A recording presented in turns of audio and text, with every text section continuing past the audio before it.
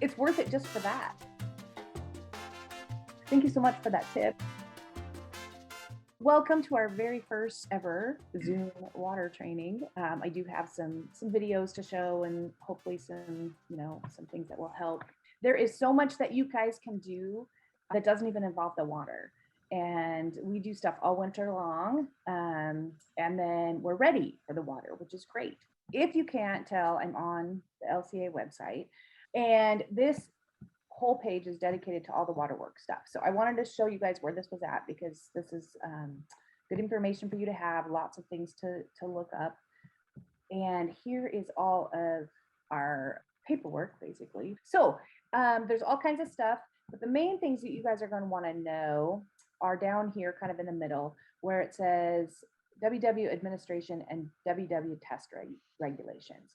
So the administration portion is mainly what you would do if you were on a test committee and you're trying to put together a test, but it does have some things in there that as an exhibitor, you might want to know.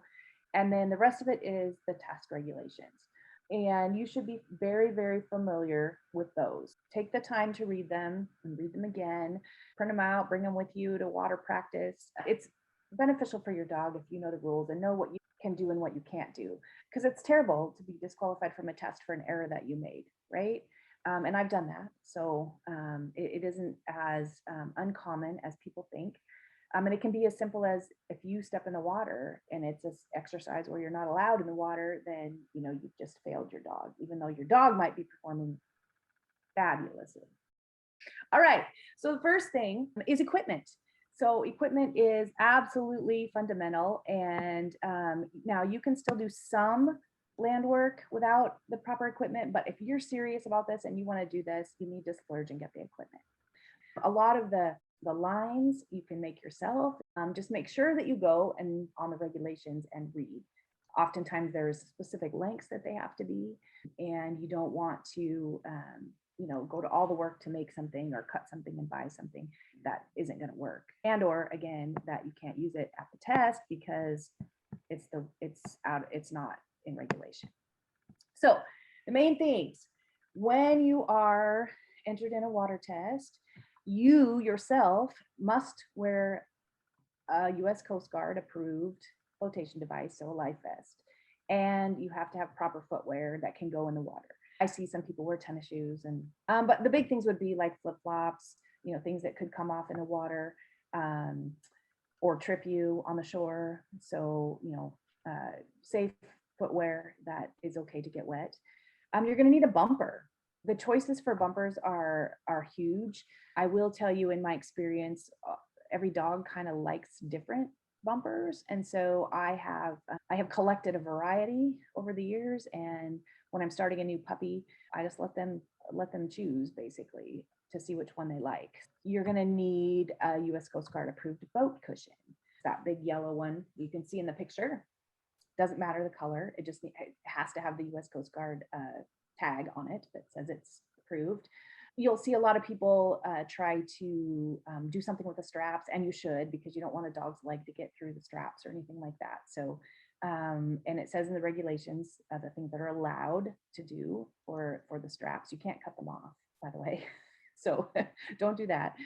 And then a U.S. Coast Guard approved life jacket. And this is not for you. You've already got yours on at this point. So this is for your dog to retrieve. So both the cushion and the jacket, they're going to learn to retrieve.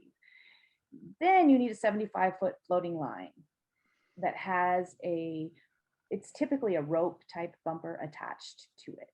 Sometimes it can be all in one piece. Often the one that comes from DogWorks is detachable, which is helpful. And we'll talk about that in a little bit. If you already knew the Newfoundland rules, the Leonberger rules are slightly different. We did use a lot of the same content from the NCA, but the junior test in the WD test, water dog test for Leos, does have a boat jump, which the Newfoundland test does not, and that's why you need your canoe or a raft paddle. So moving right from the equipment you need, we're just going to talk about the junior. This is a list, and this is actually in the regulations. I just cut and pasted it right from there.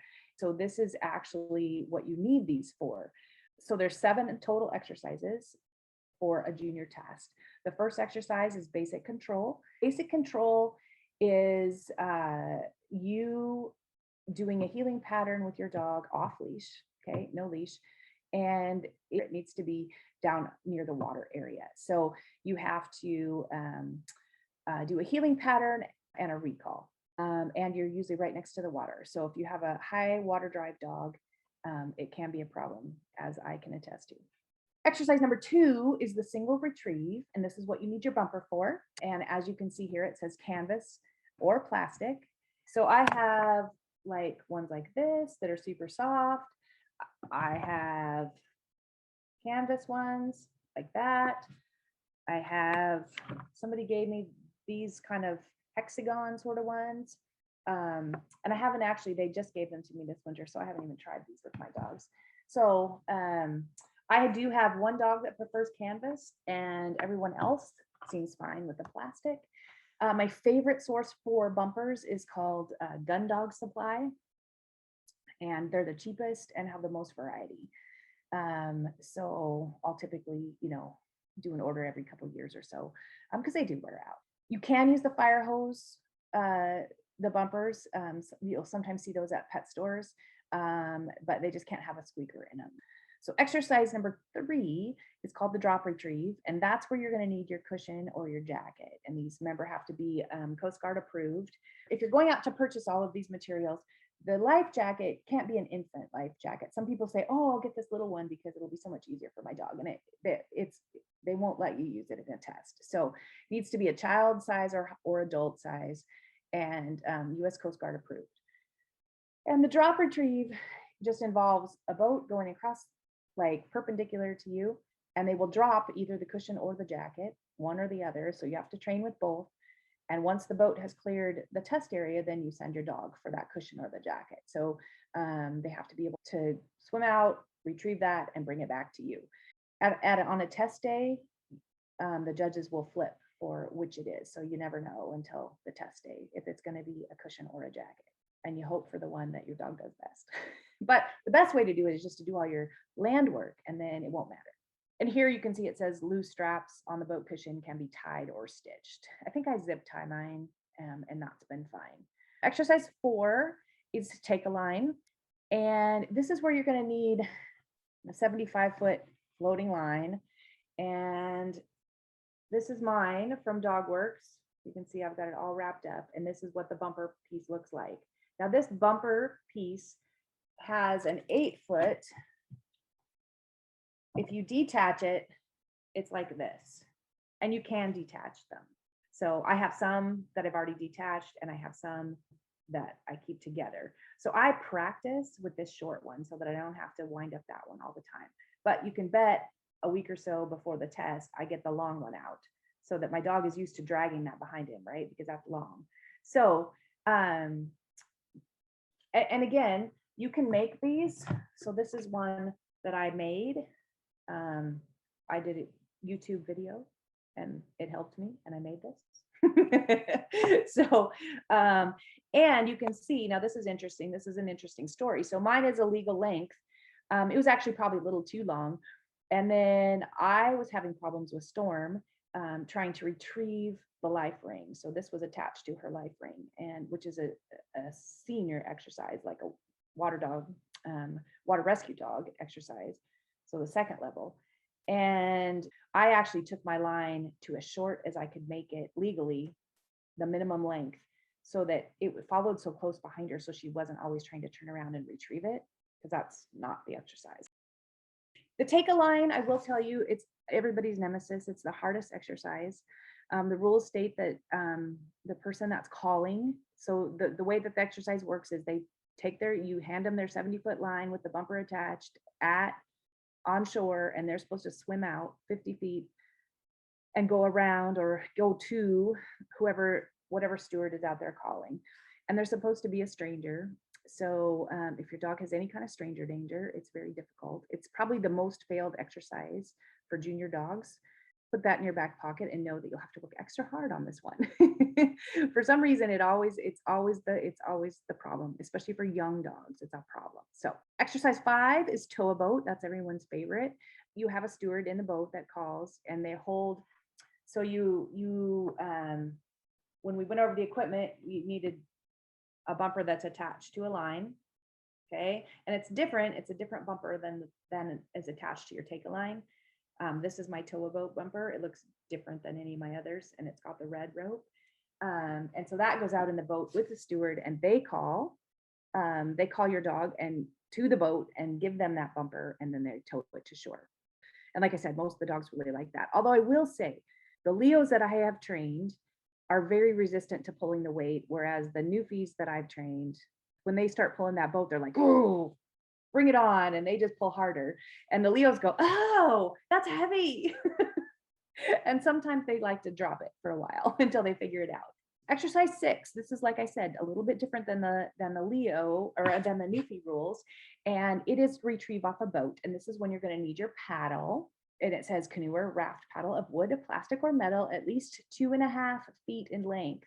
So, and there's no maximum length. So it could be, I suppose you could do a full size oar, but you're not going to want to pack that thing around. So get the small one.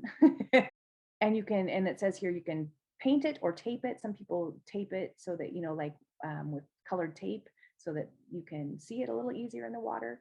But basically you and your dog both are on the boat, and you go out to the designated distance. You throw the paddle into the water, and your dog is supposed to jump in, get the paddle, and bring it back to you on the boat. And the last exercise, which people dismiss too quickly, is swim with handler.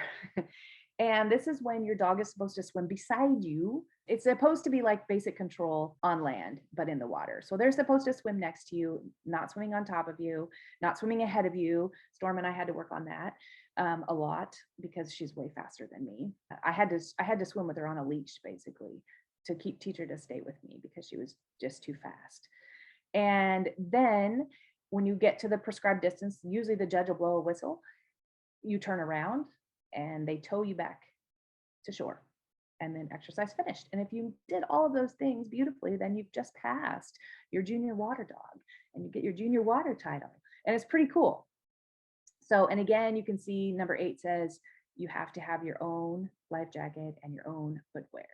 I'm going to show you a little video that myself and another gal, a Newfie gal, did, probably, I don't know, a long time ago, because Sage was a baby and she's almost 8. And this is the stuff you can do that's not in the water. This whole little video is not in the water. So beginning land work, all I'm doing is throwing a little bumper for Sage. This is Sage as a baby. And she doesn't really know, but I'm making her she does know to retrieve at this point a little bit, but I'm making it very easy for her and keeping it very short. If you notice, I'm getting her very excited about chasing it. And we're changing. So we first did the rope, and now we're doing a bumper.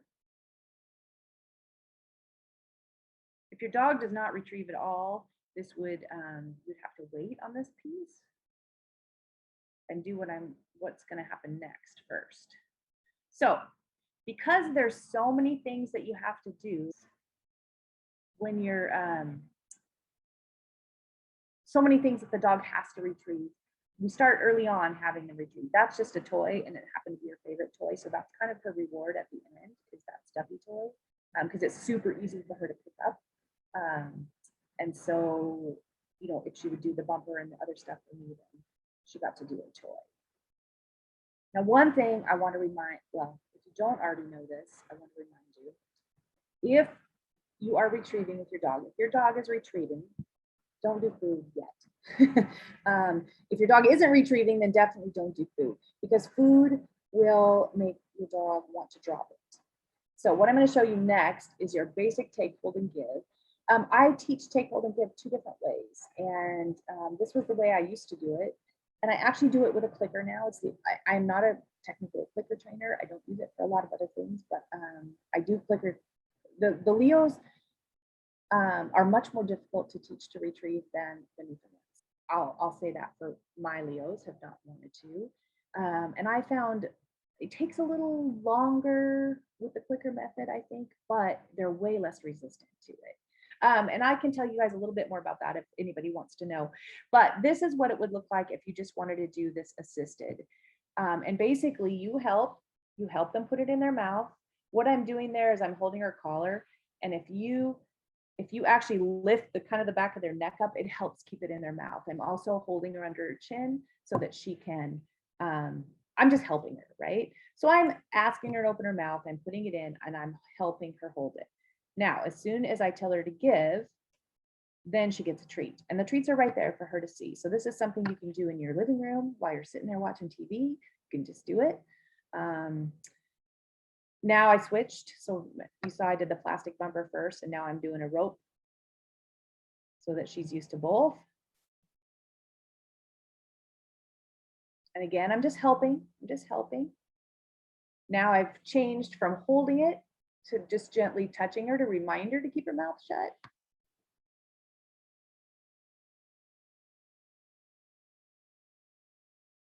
Because I'm trying to get her to hold it on her own. And it's okay if they spit it out, just put it back in. But continue to put it back in until you tell them to give. So my words, and you guys can use whatever words you want, my words are take it. So when they're supposed to pick it, when they're supposed to put something in their mouth, hold for holding it, and then give for giving.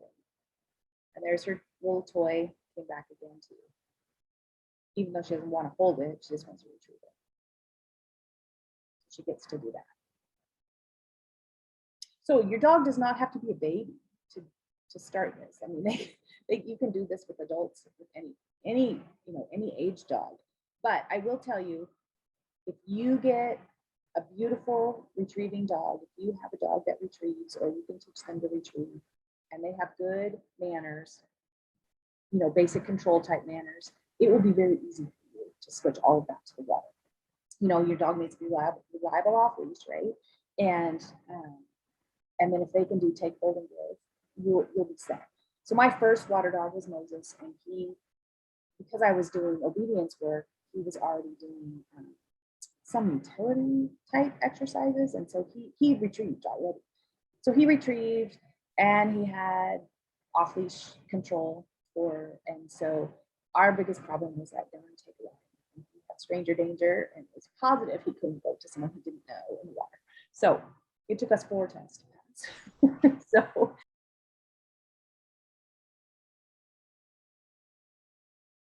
So you go back to this. Literally, you go back to what I just showed you. They don't really have a retrieve if they won't bring it to your hand. So most dogs will swim and pick something up in the water. Almost any water loving dog will do that, right? My rule of thumb is I don't bring out water toys. I don't bring out bumpers unless they can actually retrieve it and bring it back to me. So I have some other toy things that go in the water that I don't care about, or I do sticks. And then I don't tell them anything. I just throw them. And if they bring them back, great. I'll throw them again. If they don't, great. That's their choice, right? If we're just at the water to play. But when I'm actually want them to retrieve, and if I have a bumper out there, they have to bring it to my hand every time. So work for a solid, that solid take, hold, and give. That's like the most important thing. A prime example. A lot of dogs will come out of the water, and the first thing they want to do is shake all the water off. They can drop the bumper, and some do, and most do, in fact, if they're going to do that. Some dogs that are really excited about the work will wait to shake until they've delivered it to hand. But some dogs will come out and shake, or maybe not even make it all the way out, and they'll shake and they'll drop the bumper. And that's okay. They can do that. They just have to pick it back up and bring it to you. So they can drop the boat, they can drop the bumper, they can drop the life jacket. Eventually, they're going to have to bring it to you, okay, or you won't pass. So go back and work on, keep it away from the water, make it a different exercise entirely, and you can marry the two later. Although I will have to tell you guys, it's the funniest story ever. So I got Sage in October. So she didn't swim that year. And so I did all this land work, and I was so excited, and spring came around and I'm ready. I mean, she was only a year old, and I'm like, we are going to pass our junior water test, which she actually did. But we go to our first water practice probably in May. And I was like, yes, here we go. And I threw the bumper in the water, and she stood there and looked at me like, yeah. And I said, go get it, go take it, go get it. And she just looked at me like, so then I thought, well, maybe she can't swim. And so then I went in with her, and she swam just fine. And so I threw the bumper again, nothing. And I'm like, so then just out of curiosity, I threw it on the shore, She ran and got it, brought it right back. So she couldn't, when I first started, she couldn't make the switch from, no, this is all things we do on land. We don't do them in the water. Yes, I can swim, but no, we don't do those things in the water. So it took us like the whole first month. I would have to do the exercise on the land and then help her do it in the water, and then do the exercise on land and help her do it in the water. But she's my only one that did that. It was kind of funny. This next exercise is just go around, and this is super, super, super helpful. This can be started at, again, at any age. Adults can do this, puppies can do this. I've already started it with my new Newfie puppy. But basically what you're doing, I have Sage, I'm going to send her to the other person. That person is going to say around, they're going to turn her around, give her a treat, and send her back to me. And this is all super helpful for a bunch of your exercises, right? The reason that we teach them around is in the water, if the dog is taking something to someone, so like for example, the take a line, if they're taking it to the steward, if you teach them an around, the steward will never miss the rope. But if you just teach them to go to someone and deliver that rope, if they turn short, which they do sometimes, they're done. The steward isn't allowed to swim for the rope. The dog has to deliver the rope to the steward. So teaching them an around, I think, is a huge thing. If you're by yourself, you can teach them to go around a garbage can or around a cone. They get more excited about this because, of course, there's treats involved and there's a second person. You can increase the distance super fast. And then I have another video later that shows you the second part of that. But this is what it looks like. So there's your basic go around. So there she is with me, and I make her sit. And then I send her.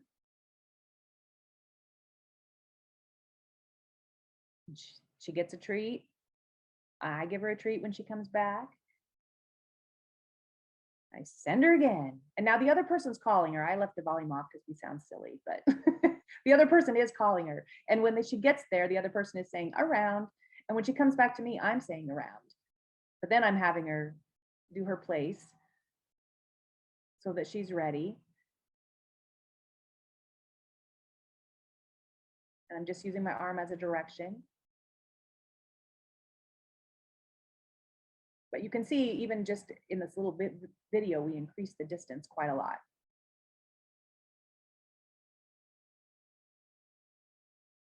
Those are the two things I work on the most for puppies or for dogs just starting. So I work on that take, hold, and give really, really hard. And I work on the around. The take a line exercise is the hardest one for dogs. I will do this at my training center. I will do this in the park, and I will try to get strangers to do this with me. Or if you can get together with people in water practice, get someone who doesn't know your dog to do it. It's super helpful because they learn that it's okay, and that, hey, that stranger might even have a treat for me. I've had some dogs that wouldn't take treats, they were just too leery. In fact, I have a second video here that you'll see there's a dog that is real shy, and you can see it in her body language. A couple of other things that I think are really important to note about things to have in your tool belt. So you have your water equipment. Long lines are really, really, really helpful, especially if your dog is not reliable off leash. When I actually start working in the water, my dog stays on a long line probably up until the test. I see a lot of people run into problems when they say, oh, I just want to take it off and see how they do. It almost invariably sets you back a bit. The long line is there to help. You can have someone in the boat hold the long line to ensure that your dog goes to the boat. You can have you hold your long line on the shore to make sure your dog comes back to you. I had that problem with Storm. She would have just swam across the lake, never came back. So she had two long lines tied together. So long lines are your friend. They can drag them on land when you're doing the land work too. Long Lines Inc., I think, has floating ones. So they're kind of spendy, but they're worth it. I have a couple, and I really like them for this work. Okay, let's see. I really ran through it quick, but I know when I was talking about the take, hold, and give, and I mentioned that I also do a clicker take, hold, and give. Did anybody have questions about that? If you use a clicker training, it's super easy. You just, you click first for them, just looking at the article, and then they have to touch it and they get their click, and then, you withhold clicks. I actually, when I do the clicker, I start with a dumbbell and not a bumper. So It's just been easier for me. So, and I think the dog thinks it's a little bit easier. And then I switch out. Once they're reliably holding the dumbbell, even before they retrieve, if they're reliably holding a dumbbell, I switch to a bumper and then the life jacket and then all of that. I don't have a picture of the basic control. So this is exercise number 1 for the Newfoundland test, which is just go retrieve your bumper.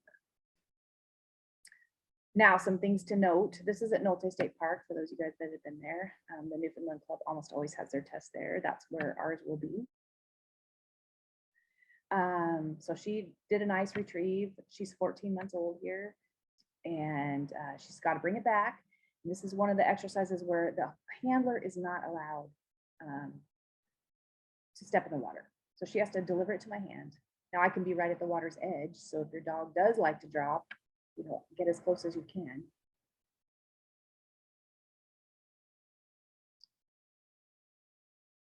And there she goes. So the second exercise, remember, is the life jacket or the cushion that gets dropped. Now, some things to note. When they ask me if I'm ready, I have to take my hands off the dog. So I'm just having her watch right now. She's watching the boat go by. Sorry, you can't see it all. They asked me if I was ready. I took my hand off because you can't be touching the dog when you send them. And then I send you. Somewhere out there, there's something. Life jacket or cushion, I don't even remember. So you can hold the dog between exercises, but when they ask if you're ready, you have to take your hands off and say ready or not. Oh, looks like the cushion. You notice she had a little bit of a hard time grabbing it, and that can be common in the water. So when you do switch to water, sometimes it's helpful to you can have somebody out there to help kind of put a buffer on it so they can grab it so it doesn't just keep, you know, moving away. But again, if you work this really hard on land things, you do a pretty good job. Now, she also has to deliver this to hand.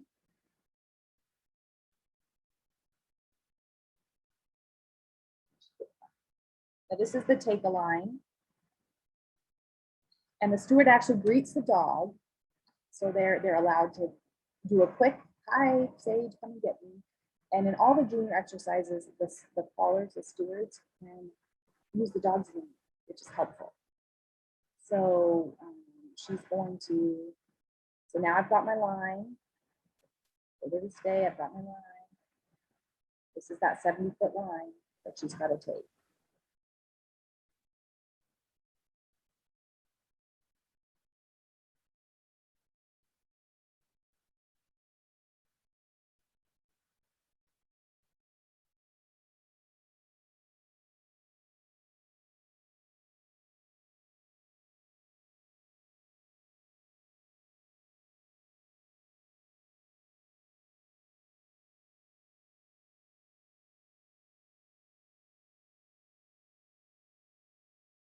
So I say take it, yep, and then I immediately say go ahead. One thing that's helpful, 2 things.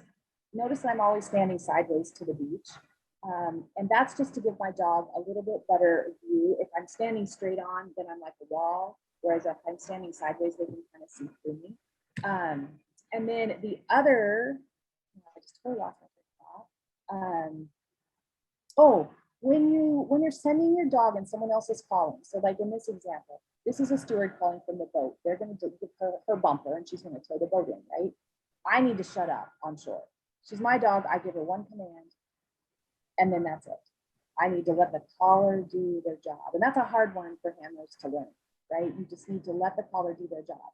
Even if the dog turns back to you, don't, you know, fall into, and you, I mean, this will help with practice, all of this, but it's pretty common for new handlers to talk too much, right? Or keep giving their dogs commands. You know, we all find it, right? The whole nagging thing, right? I'm terrible at it. But I had to really learn because the second they hear you, they turn around and they focus on you, and everything, you know, in the water is out away from them.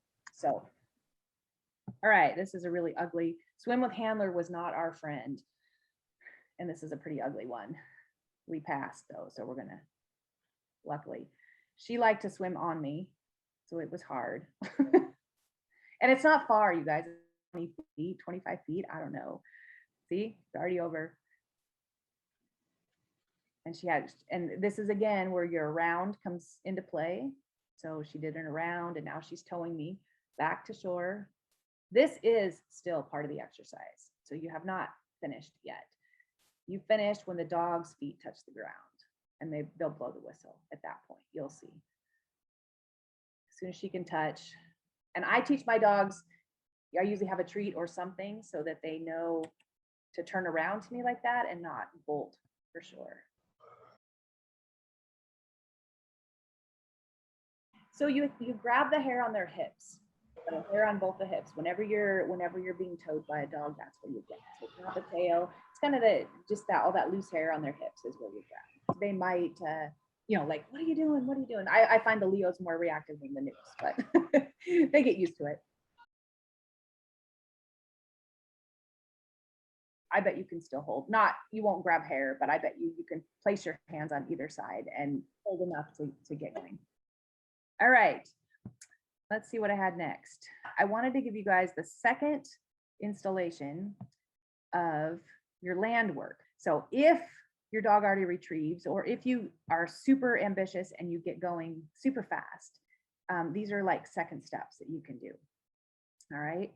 And all things this is all land work again. So this is all kind of, engineered to do in the winter on land.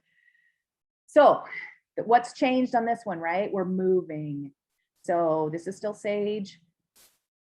I don't know if I don't even know if it was the same day. It might have been the same day. I don't know. I'm wearing different clothes, so it wasn't the same day. But so now she's moving. So I'm helping her. And I'm trying to get her to hold it herself, right? So now she's doing the take, hold, and give, but I need her to move. Now I need her to move. There's another dog, and she's learning to do it with the jacket. And we are treating now in between the holds. Now Raven's gonna go get the jacket, bring it back.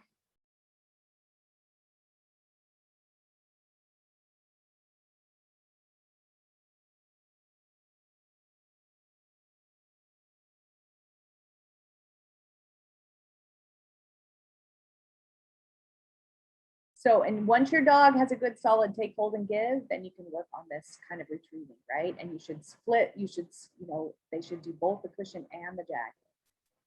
Now, this is the second thing that you would do for the go-arounds, okay? So now your dog can hold something and they can travel, right? So this is really more of a senior exercise, but if you're ambitious, like I said, I wanted to show you. So she doesn't get her treat till she comes back. Even though I'm saying around, she does not get the treat until she gets back to her owner. So she's just telling her to go around. I'm reinforcing it by telling her to come. And then she takes it all the way back to the owner and gets her treat for bringing it back. So this is a way to start the paddle retrieve, which we do have in junior. So you can use a grooming table or anything. You could use a pause table from agility. You could use, if you have puppies, they shouldn't be jumping like this. So use something very low. At this point, you would have already had to, your dog should already be holding the paddle, retrieving. But I'm just going to show them the jump, get the paddle, bring it back. So it's one way to do it. Like I said, any kind of a table.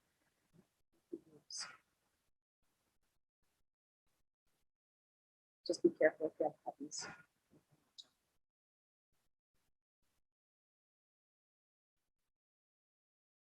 And this is a good way to practice getting on and off the boat, which you are sort of graded on. So your dog has to sit quietly on the boat. They actually don't have to sit. They can lay down or they can stand, but they have to load up quietly, remain on the boat, and sit quietly. Now this is beginning waitful, right? This is start of the toe of the boat. So your dog holds now and walks with something, and this is just a milk jug or some sort of jug. And I start with it empty, but then really quickly I add water. And that's all you're trying to do is get them to feel what it feels like to have a little weight. Really quick, you can switch to the life ring, which is a senior exercise, second level.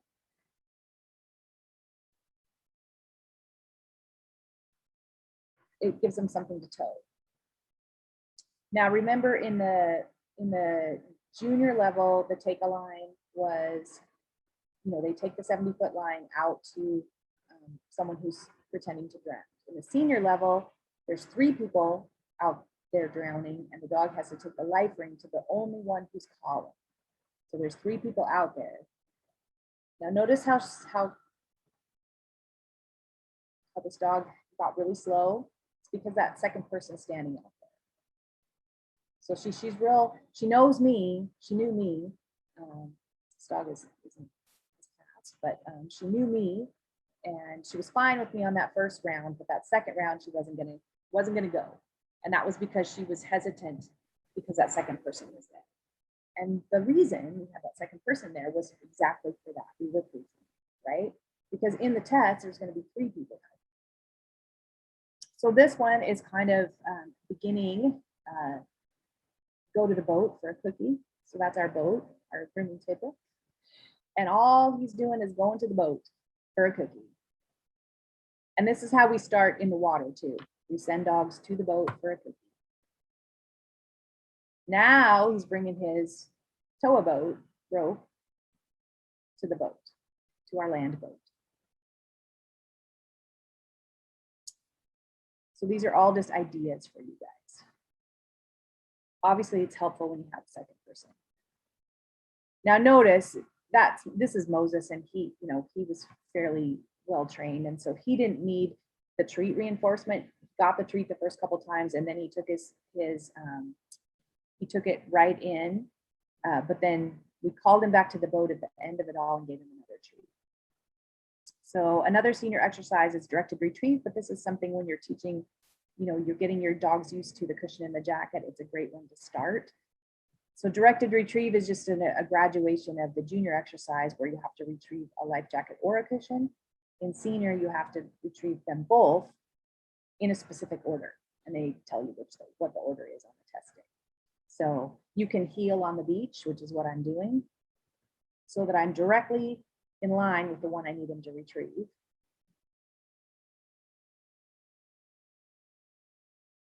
And then I can heel down the beach to go get the jacket.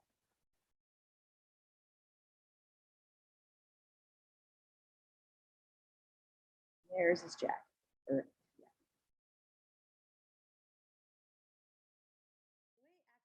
Once they get this, they really, really like that stuff. So the take, hold, and give, I keep pretty short. Either way that you teach them, they tend to get frustrated if you go too long, at least in my experience. What I try to do is just make sure I get, at least a couple successful ones, at whatever level I'm at. I think you can push it more with the nukes than you can with the Leos. I think the Leos are a little more temperamental about it. I got it the last 6 times you made me do it, so don't ask me again. I wanted to say a bit about boat jumping. Everybody wants to do that because it's the coolest thing, and I agree, it's the coolest thing and it's fun. It can be hard to teach the dogs. Some like it, some don't, and there's a number of different theories on how to teach it. In my experience, even if your dog jumps off a grooming table or any other kind of table on land, it's still different to jump off the boat into the water. So we start with the boat, close to shore, and they jump off and, standing depth of water or whatever. Don't be so anxious because you don't want your dog to hate it. You want your dog to like it, right? So the way I start with all my puppies, and I think I have a picture of it. There we go. There's some Leos on a boat. So this is what it looks like for rides, at all ages. I teach them how to get on and how to get off quietly and calmly, and how to sit there while we're on the boat. And then we take them for little rides because that's different, feels different, and then bring them back. And that's all I do for, unless I have a dog old enough to test. For puppies, I just take them for rides, and they like it. They like that, and then it gets them totally used to the boat. They don't care. as you can see, there's even just a baby puppy on there. So, and she already swims in the whole 9 yards, but it's nice now because she's also super comfortable on the boat. So I don't think you should not introduce your dogs to the boat, but don't be so excited to force that jumping right away. There's other things. And especially if you can build that retrieve, that's almost the easiest way to teach a dog to jump off the boat is after something that they want to go and jump for. So these are two water dog water rescue excellent pictures. So the one on the left is the 3-man. So, and that's Moses. And he did not retrieve the 3rd man. He left him there, even though it looks like he's going right at him. On test day, he ignored him and off he went. So, and that's when they have to get 3 people, and the dog gets to choose. He has to rescue them all, but he can get them 1 at a time or 2 at a time or all 3 at a time. And Mo had always chosen to do all 3, but he just chose that day not to. And the one on the picture on the right is the unconscious victim. That's also a water dog excellent exercise. So the dog has to go out and retrieve the person who's unconscious in the water. So they're just laying out in the water and you send your dog. So this is where go around also helps again. They start in a certain position, but depending on the current or the wind or anything, who knows where they end up, right? So your dog needs to find either hand, just so you know, either hand is gloved. So the dog can take whichever hand they want, but it's way easier for them to go around and turn the person than it is. They get all messed up if they get the first hand and then try to turn around. And so it's way better to do a loop. One other thing I want to talk about, this land work, you can do a lot of it by yourself. You can do it without the water. But if you really are wanting to, train your dog in this and you want to do a water test, or even just train your dog and never do a test, that's fine too. You're going to have to probably find a group to join to do this with, right? Because you're going to need help, and you're going to need somebody with a boat if you don't already have a boat. Most groups are very welcoming, but there's some etiquette that goes along with that. When you go to a water practice, and it doesn't matter who, where it is or who you're with, if you're with a different breed than your own, your dog, you have to have a way to contain your dog, because it isn't all about you and your dog when you're there, right? So your dog will get a turn, maybe more than one turn, depending on what you're doing that day. But you have to have a way to contain your dog when your dog is not working, and your dog will need the downtime. So an X-pen or a crate or something, depending on where you're practicing. I usually don't advise that people take their dogs all the way back to the car. Then you're not available to help steward and do other things. So the two things are, make sure that you have a way to contain your dog. So a crate or an X-pen is usually the best. And, if your dog is one that's very vocal, I mean, that happens. You might get upset with your dog. Other people might get upset with your dog, but it does happen where dogs are barkers, right? And then you just work on it. You work on it like you work on anything else, any other bad behavior that you want to stop. Some dogs get so excited about the water, it's really hard. Sometimes you might have to have them in a crate or an X-pen that's far enough away, so they can't see what's going on in the water if there's a problem. Where I run into problems, I don't have barking, but Storm was so bad about busting out of her crate when she heard me calling. So if I was calling for someone else, she thought she needed to come. And so she would come flying out of her crate and down the hill and into the water. Have ways to contain your dog, and then volunteer. Even if you don't know what to do, everybody's super. They'll help you. So, learn how to be a good steward, learn how to call, learn how to, row the boat, learn how to, there's a lot of work. Like at Nolte, especially, we can't launch the boat. We have to carry it.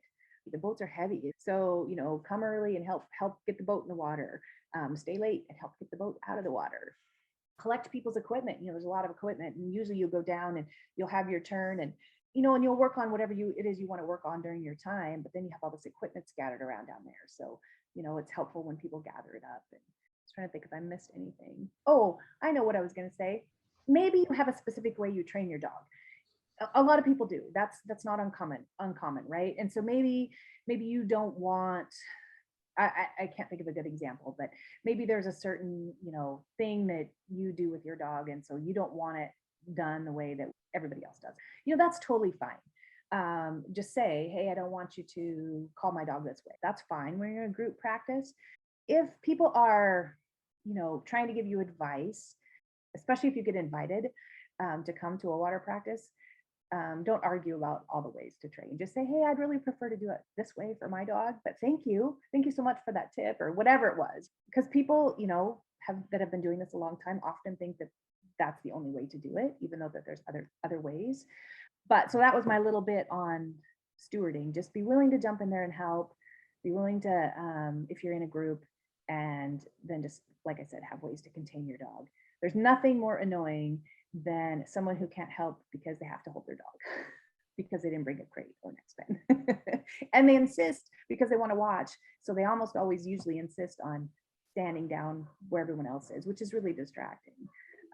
For both, some dogs, just want to go see the dog that's standing there, a lot of times the dog that's on a leash really wants to participate in the water and they can't because they're on a leash. So things to think about.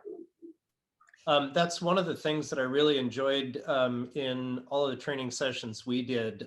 You guys didn't give me a choice. It's like, here, row the boat, or here, call the dog. And so I really appreciated that for a number of reasons. First of all, because you get a different perspective when you're doing another portion of training. But then you also get to see how other people interact with their dogs, and it's like, oh, that might work. And so you get lots of good ideas, plus you're helping out. And like I say, I think you just get different perspective when you're helping out, and especially for somebody that doesn't know what they're doing. Here, do this. Excellent. Thanks, Mark. That was really good. Thanks for sharing that.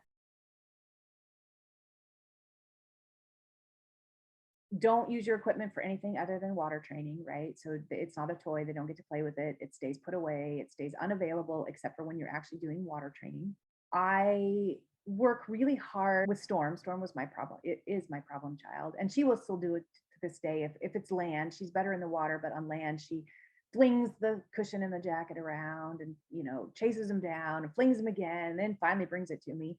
So I work on quick returns and try to eliminate the amount of time that she spends with the stuff. We worked on bringing things back super fast and touching, so I had to hold my hand out for her to touch so that she wouldn't chew on the equipment so bad. Mostly my strategy was to try to get her to bring it faster so that she didn't have as much time to play with it, because that's what she would do. She just, oh, this is so much fun.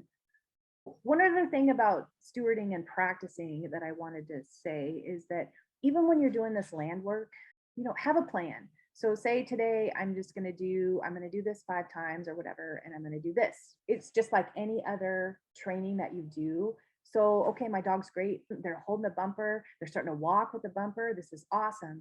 Now my dog will stand and hold it for 30 seconds. I don't have to hold on. It's great. They'll give it when I tell them. So now you take them to the park or you take them to your training center and you do it somewhere else, because just because your dog does it at home doesn't mean they're going to do it when there's distractions. Add difficulty by changing your location, because the more places you practice, it's just like anything else. The more places you practice, the more distractions you add, the more solid your dog will be. And then, like I said, just have a plan. So like when you do end up going to a water practice with a group of people, know what you want to work on. And if you're new, that's okay. As Mark shared with us, we'll tell you. we'll say, okay, you're going to do this now. So where most of us aren't shy, and usually you're trying to get through a lot of dogs, and you don't want to be there all day, even though it's fun. We'll help. Everybody that I know that does water training is super helpful. And then hopefully at the end, you can pass your junior test, because that's what's great. Oh, here's the other really sad thing. In the area that we live in, there is only going to be 1 test per year, probably, for you to enter. Don't set such high goals. Yeah, we all want to pass, right? I wanted to pass, man. That was my whole goal, was to pass that test. And I flunked them both the first year, flunked them both the second year. And I think it was my 5th test that I finally passed with Moses. So, it gets a little, and it was the take a line every single time, just so you know. And then when I went to senior, guess what it was? It was the life ring, because same thing, had to go to a stranger, could do everything else, but those strangers, man, were tough. Anyhow, don't set such high goals. Maybe this year is an intro year for you, and you're going to practice with everybody, and you're going to come steward at our test and, help out and learn more. And then next year will be your year to try and enter your dog. Although I'm not trying to discourage people from entering. Some people are awesome trainers and they just whip through this stuff like nothing. I'm slower and steadier, I think. What other things do you want me to talk about if I missed anything?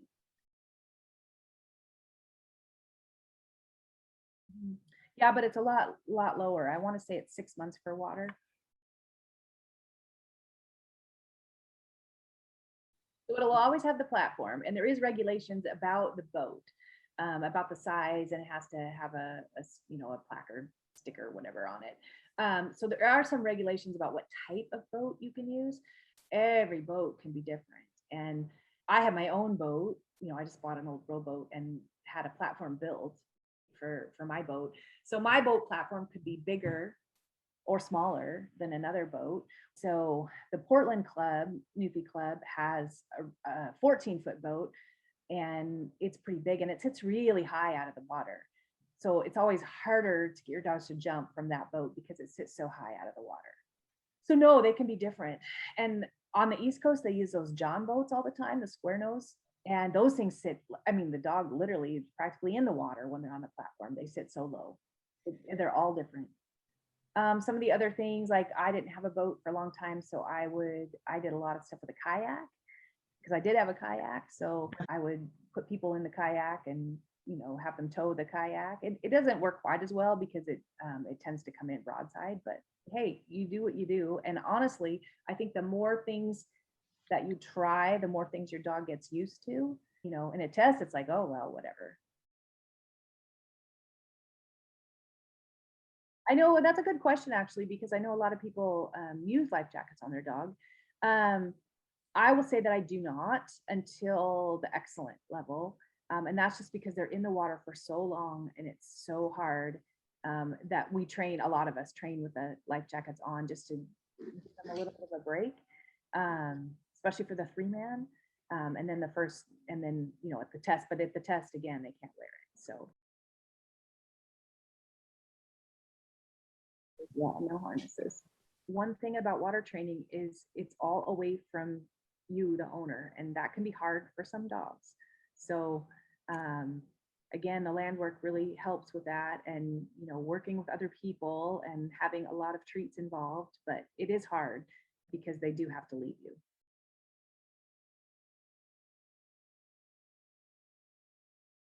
Here's some interesting things about bumpers. So Sage started on a plastic bumper, and when we started into working her second year of water, she wouldn't retrieve. She wouldn't touch the bumper. She just kept spitting it out. And so I switched her to a canvas and she was fine. I will say none of my dogs like the hard ones. All the ones I get are soft and like super squishy. They like those. And I haven't found much difference in the color.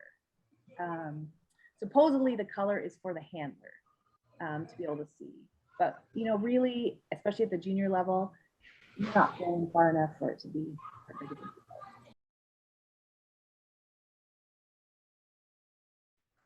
Okay. All of us trying to drag them back in the boat? No way. Okay. It's fun watching the porties do it because they just pluck them right out of the water with that harness. They just pluck them up and put them on the boat. And you're like, whoa.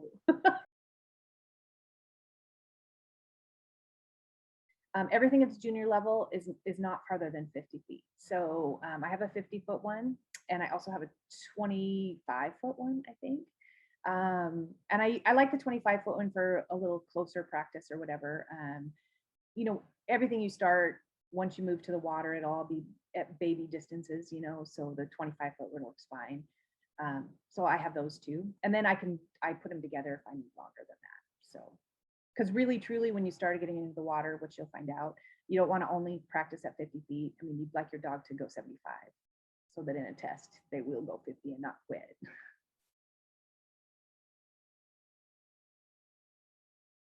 Yeah, that is the senior level, and that is the underwater retrieve. But it's something you can start. You can have, how many of us have wading pools for our dogs? That's a super easy way to start with it. So I have a 3-level, it's like a 3-piece, well, it's all one piece, but it's like a retrieving thing almost that they can grab. anyway, it just sinks. And it can be, you can take a bumper and fill it with something, fill it with sand, or, you know, weight it. You can, some people I know have like put concrete in the stuff. So, and read the regulations on what all's, I know that there, if the judges are going to have any conversation at a test, it's always whenever somebody's choosing to use as their underwater retrieve. There's always a whole long, you know, conversation about, is this allowed? Can we allow this? Because it is absolutely permissible to share equipment at a test. So, you know, not that maybe you want to, but you totally could. I had a deal where Moses, I had a pink Splunky, and I don't know if he just couldn't see it, but my friend had a blue one, and he could see the blue one, and he would retrieve the blue one underwater and not the pink one. So on tests, we always tested together, and so I just borrowed hers. You know, so when the judges do the equipment check, you just tell them that you're using the equipment that they check from exhibitor number 4. So exhibitor number 4 and exhibitor number 6 have the same equipment, or whatever it is, you know, same piece of equipment. Also, if you're just wanting to try this and you don't want to, you know, go to all the work of buying equipment because it's expensive, you know, just hook up with somebody who's already doing it and borrow their stuff. None of us care. I mean, we don't care. Yeah, this is hard. This can be really hard, and we're more and more limited as to where people let you have dogs. The other hard part is, you know, ultimately, this is all off leash, right? But there are parks that will let you come if you keep dogs on long lines. So Nolte State Park is a big practice area for the Newfoundlands. And, you know, I'll typically go practice with them. And they do let us, you know, we're supposed to have long lines on the dogs when we're practicing. But if you have an advanced dog, we take it off. But we try to really be respectful of the rules and have the dog on the line at all other times, except for when they're actually doing the exercise that's required.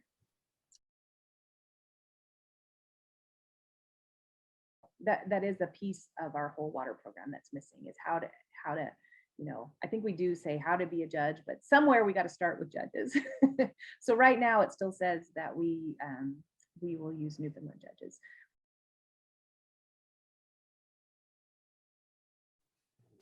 Read the regulations. That's a really good one. Read the regulations.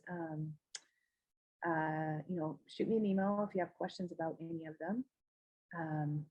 Like I said, we mostly, you know, we used a lot of the same stuff that the Newfoundlands use. So we just, at the beginning of all of it, we went and talked to a bunch of Newfoundland judges, water judges, and asked them what they would change in their current test if they could. And so we tried to take all of that advice. I really appreciate your time and your attention. I hope it was somewhat helpful. And you guys can always contact me, email me, text me, whatever.